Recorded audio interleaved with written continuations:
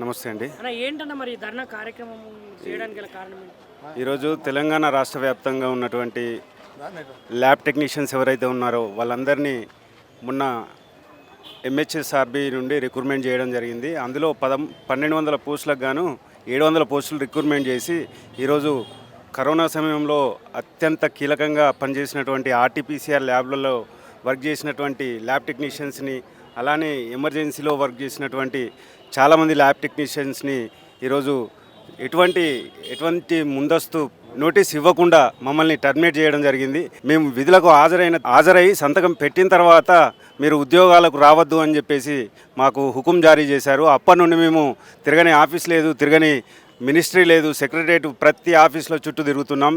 కానీ ఈ ప్రభుత్వం ఎక్కడ కూడా మేము హామీ ఇస్తున్నాం, మీకు ఖచ్చితంగా కంటిన్యూషన్లో మీరు ఉంటారు అని మాకు హామీ ఇవ్వడం లేదు.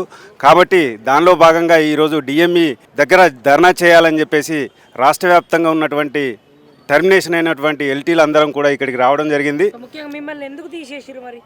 ఎటువంటి కారణం లేదు, కారణం లేకుండానే వాళ్ళు అసలు ఏ రీజన్ ఎవరు చెప్పట్లేదు. అటువంటి పరిస్థితి మాది ఉంది. అంటే మేము కరోనా సమయంలో మా ఫ్యామిలీస్కి దూరంగా ఉండి ఆర్టీపీసీఆర్ ల్యాబ్లలో ఎంతో నిబద్ధతతో వర్క్ చేసినాం. మా చావును కూడా లెక్క చేయకుండా మేము పనిచేస్తే ఈరోజు మా బ్రతుకులు రోడ్డు మీద పడేసి కాంగ్రెస్ గవర్నమెంట్ వస్తే మాకు ఇంకా మంచి ఉద్యోగాలు వస్తాయని మేము భావిస్తే ఈరోజు ఉన్న ఉద్యోగాలను ఊడగొట్టి చాలని జీతాలతో పనిచేసిన అదే జీతాలైనా పర్లేదు మేము పనిచేస్తున్నామని ఏదో అనుకుంటే ఈరోజు మమ్మల్ని రోడ్డు మీద పడేసి ఈ ప్రభుత్వం మాకు అన్యాయం చేసింది.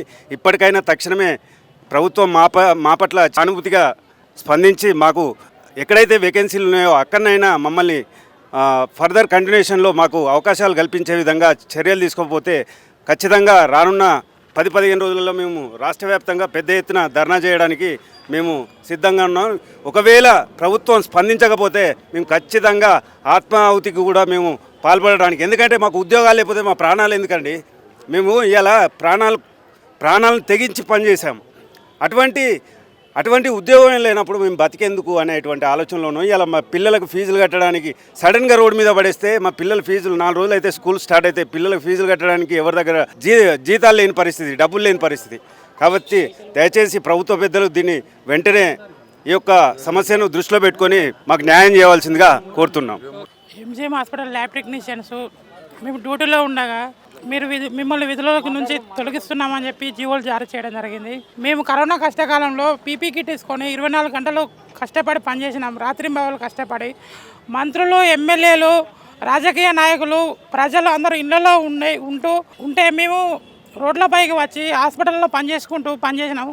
కనీసం మా కుటుంబాలను ప్లస్ పిల్లలను అందరినీ దూరం పెట్టి కష్టకాలంలో పనిచేసినాం. అది కూడా గుర్తించకుండా మమ్మల్ని పక్కన పెట్టారంటే గవర్నమెంట్ ప్రభుత్వం మమ్మల్ని గుర్తించాలని కోరుచున్నాం. తీసుకోవాలి. మేము 10 సంవత్సరాలు అయింది అయినా ఇప్పుడు తీసేసారు. కొంతమందిని ఉంచారు, కొంతమందిని తీసేశారు. అసలు మేము ఫస్ట్ పేషెంట్ కేర్లో చేసాము 2017లో. కరోనా టైంలో పిల్లలకు ఫీడింగ్ ఇచ్చుకుంటే డ్యూటీలు చేసినాం. అయినా కానీ మమ్మల్ని ఇప్పుడు తీసేశారు. ఇప్పుడు ఎవరిని ఏమైనా అంటే మీరు అక్కడికి వెళ్ళి లెటర్ తెచ్చుకోండి, ఇక్కడ మాకైతే రెస్పాన్సిబిలిటీ అసలు ఏమీ లేదు, మీరు వెళ్ళిపోండి, అసలు మీరు లెటర్ తెచ్చిందాక అసలు లోపలికి అడుగు పెట్టొద్దు అని అంటున్నారు. ఏ విషయమైనా కానీ మమ్మల్ని ముందుకు అడుగు వేస్తే చాలు, మీరు ఏమైనా చేసుకోండి, మాకు సంబంధం లేదమ్మా, తీసేసి అక్కడికి వెళ్ళి ఆర్డర్స్ వచ్చినాయి కాబట్టి మేము తీసేసాము అని చెప్పేసి చెప్తున్నారు. ఇక ఎల్టీల పరిస్థితి అయితే మరీ ఘోరంగా ఉంది. రెగ్యులర్ వాళ్ళు వస్తే మాత్రానికి మమ్మల్ని తీసేయాలని ఎంత న్యాయం అండి? మీరే చెప్పండి. అయితే ఇప్పుడు రెగ్యులర్ వాళ్ళు వస్తే మేము చేసిన పని వాళ్ళు చేస్తారా? వాళ్ళకి మేము నేర్పించినాక మమ్మల్ని దొబ్బేస్తున్నారు. అదే ఇక ఉస్మానియాలో అయితే కొంతమంది అయితే అలాగే చేస్తున్నారు. ఉస్మానియా వాళ్ళు అయితే ఇక అలాగే చేస్తున్నారు, కొంతమంది అయితే అలాగే చేస్తున్నారు. కానీ పాపం వాళ్ళకు కూడా శాలరీలు లేవు. 3 నెలలు 4 నెలలు జీతాలు లేకుండా డ్యూటీలు చేసి ఇప్పుడు తీసేసి రోడ్డు మీద పడేస్తే మా పరిస్థితి ఏందండి? సెక్యూరిటీ, పేషెంట్ కేర్, శానిటేషన్ వారితో శ్రమదోపిడి చేసుకుంటూ వారికి అన్యాయం చేస్తున్నది రాష్ట్ర ప్రభుత్వం. ఈ గతంలో కరోనా పాండమిక్ టైంలో ఆ రోజు నరేంద్ర మోడీ గారు పూలు కురిపించిండు. ఇలా మా ల్యాబ్ టెక్నీషియన్ నోటు మట్టి కొట్టి ఇలా ల్యాబ్ టెక్నీషియన్ అర్ధాంతరంగా తీసిపడేసి వారు రోడ్డు పాలు చేసిండు. ఈ రాష్ట్ర ప్రభుత్వం డిమాండ్ చేస్తూ ఉన్నాం, మా సెక్యూరిటీ, శానిటేషన్, పేషెంట్ కేర్ వాళ్ళకు కనీస వేతనం 26,000 రూపాయలు అమలు చేయాలి. అదేవిధంగా తీసేసిన మా ల్యాబ్ టెక్నీషియన్ సోదరులందరినీ యథావిధిగా వాళ్ళను రెగ్యులర్ చేయాలి. కంటిన్యూషన్ కాదు, మన సోదరు కంటిన్యూషన్ అంటారు.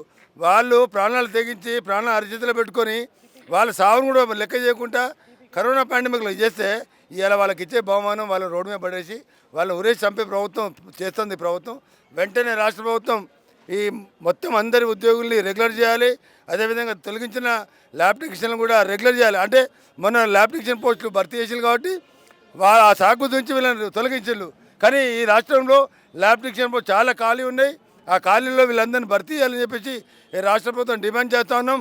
లేని పక్షంలో సిఐటి యూనియన్ ఆధ్వర్యంలో పెద్ద ఎత్తున ఆందోళన పోరాటం చేసి ఈ రాష్ట్ర ప్రభుత్వం మెడలు వంచుతామని చెప్పేసి ఈ సందర్భంగా హెచ్చరిస్తూ ఉన్నాం.